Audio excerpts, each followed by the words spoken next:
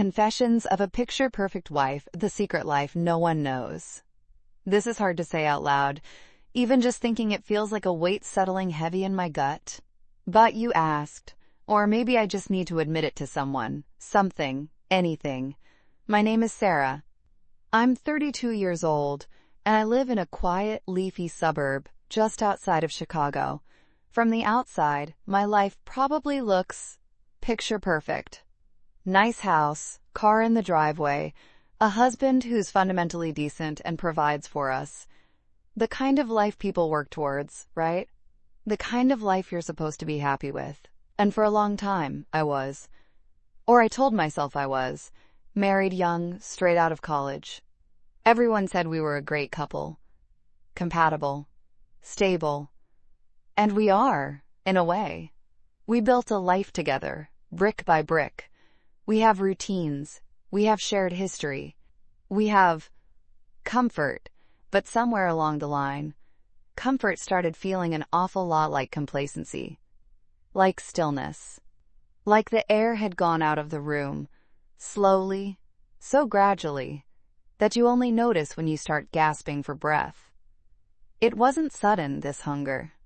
It was more like a slow, insistent ache that started deep down, a part of me I hadn't really acknowledged in years. The part that craved excitement, novelty, feeling wanted in a way that went beyond shared bills and predictable evenings on the sofa. My body, it just felt forgotten. Not just by him, but by me, like it was just a container for the wife, an adult and responsible person I was supposed to be. It yearned for attention, for touch that wasn't routine, for a spark that had long since faded into embers. The first time I really felt it, that jolt of something new, was at a work conference downtown. I almost didn't go. Said I was tired, it was a hassle. But Mark from accounting, new guy, maybe late 20s, spotted me by the coffee station. He was tall, a little awkward, but with eyes that seemed to see you. He smiled, a genuine, easy smile that crinkled the corners of his eyes. We talked about the dreary presentations, about the terrible coffee, about anything and nothing. And for the first time in months, maybe years, I felt seen. Not as my husband's wife, not as responsible Sarah, but just Sarah. A woman. He asked if I was going to the networking reception later. My first thought was, no, I should get home. My second thought, the one that sent a shiver through me, was, why not? I went. And he was there. He came straight over. The noise of the room faded a little when he was talking to me. He leaned in to be heard over the chatter, and I could smell his cologne, something fresh and clean, and feel the warmth radiating off him. He wasn't overtly flirty, not in a sleazy way, but the way he listened, the way his gaze held mine, it felt electric. Like a current flowing between us, quiet but powerful. We talked for ages that night, about his dreams, about my frustrations, carefully edited of course, about books we loved, places we wanted to visit. It was heady. It was exhilarating. It was everything my evenings at home weren't. When he finally said he should head back to his hotel, he hesitated for just a second. And in that second, something passed between us. An understanding. A question hung in the air, unspoken, vibrating with possibility. My heart was pounding. My palms felt strangely warm. I could have walked away, gone home. I should have. But my feet felt rooted to the spot. Part of me screamed, danger, but a louder, more insistent part whispered, adventure. He just looked at me, his eyes asking the question again without a sound. And I nodded. Just a small, almost imperceptible nod. He didn't say anything else. Just gave me another one of those smiles, the kind that reached his eyes and gestured subtly towards the exit. My legs felt wobbly as I followed him.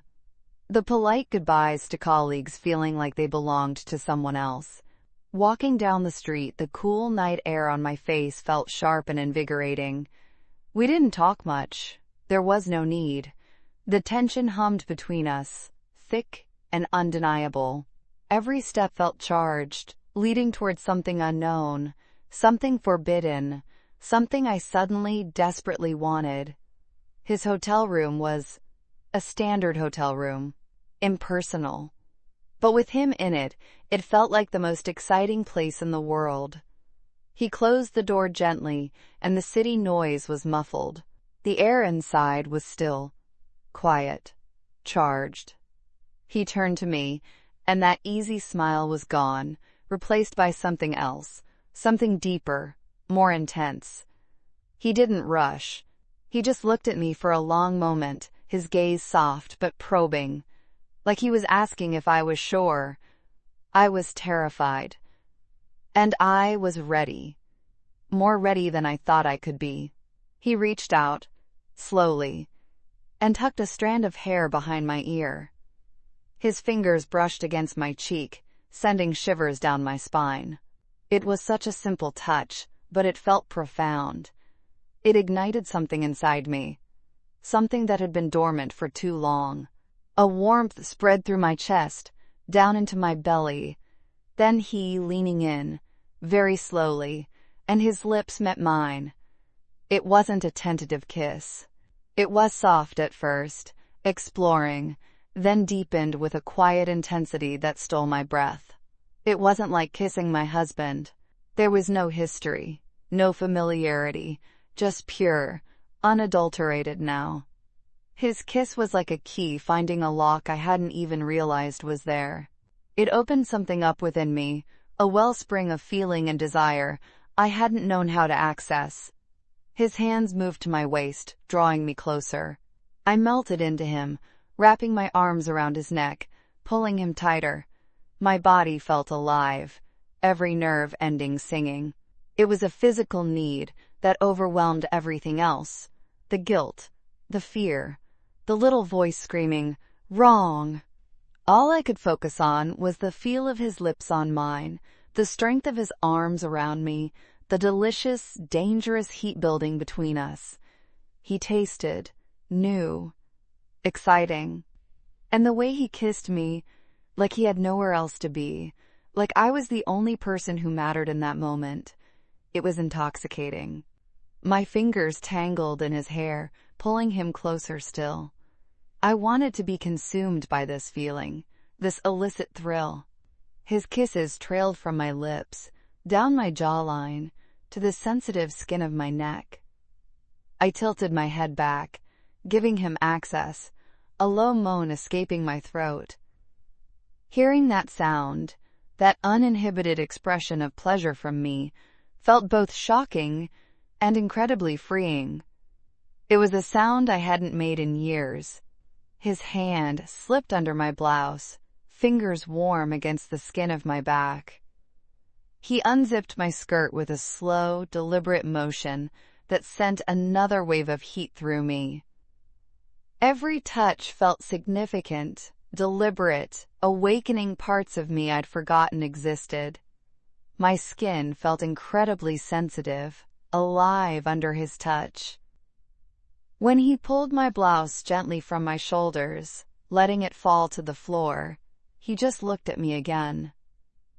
His eyes were dark with desire, but still held that soft gaze that made me feel cherished, even in this stolen moment. Standing there in just my skirt and bra, I should have felt exposed, vulnerable. Instead, I felt powerful, desired. He reached behind me and unclasped my bra, his fingers brushing against my skin. It fell away, and the cool air against my breasts was a sudden, sharp sensation. He looked down, his gaze lingering, and then slowly, so slowly, he reached out and cupped one breast in his hand. A gasp escaped me. His touch was gentle, reverent almost, and yet it sent waves of intense pleasure through my entire body. He stroked his thumb across my nipple, which instantly hardened under his touch. It was a small gesture, but it felt incredibly intimate, incredibly arousing. The feeling was exquisite, a sharp, sweet ache that radiated outwards. He leaned down and kissed me again, deeper this time, his hand still gently holding me. The combination of his kiss and his touch was almost overwhelming. It was a torrent of sensation that swept away all my reservations, all my guilt.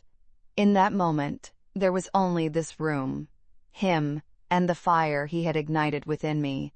The rest of the night, it was a blur of whispered words, urgent touches, and a desperate, intoxicating connection. It was about feeling desired, about desiring in return, about the raw physical need that had gone unanswered for so long. It was about the thrill of the forbidden, the delicious danger of crossing a line and finding a new world on the other side. Lying beside him afterwards, the city lights a distant glow through the window. The silence wasn't empty. It was filled with the echoes of our breathing, the thumping of my own heart, and a complex mix of emotions. There was the lingering physical satisfaction, a deep, humming contentment in my body that felt both alien and wonderful. But there was also a heavy weight in my stomach, the first tendrils of guilt beginning to coil. It didn't stop there, of course. That first time was just the dam breaking. Once you've crossed that line, once you've tasted that kind of intense, raw connection, it's hard to go back. It became a habit, a need. Stolen moments, whispered conversations, secret glances across a crowded room.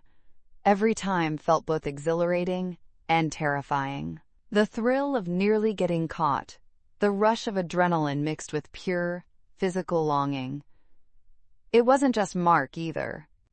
Once I allowed myself to open that door, other opportunities seemed to present themselves. A colleague on a business trip, a stranger at a bar, when I was supposed to be at a book club that didn't exist. Each encounter different, but all fueled by the same underlying need. To feel alive, to feel desired, to escape the quiet predictability of my real life. There were nights when I would come home, my body still buzzing from a stolen kiss or a hurried touch, and look at my husband asleep beside me. The guilt would wash over me then, cold and sharp. He hadn't done anything wrong. He was him, just not the him I needed anymore, or maybe not the him I needed to be anymore. It felt like a betrayal, not just of him, but of the person I thought I was. But the pull, the need was stronger. It's like there's a part of me that wakes up when I'm with someone else.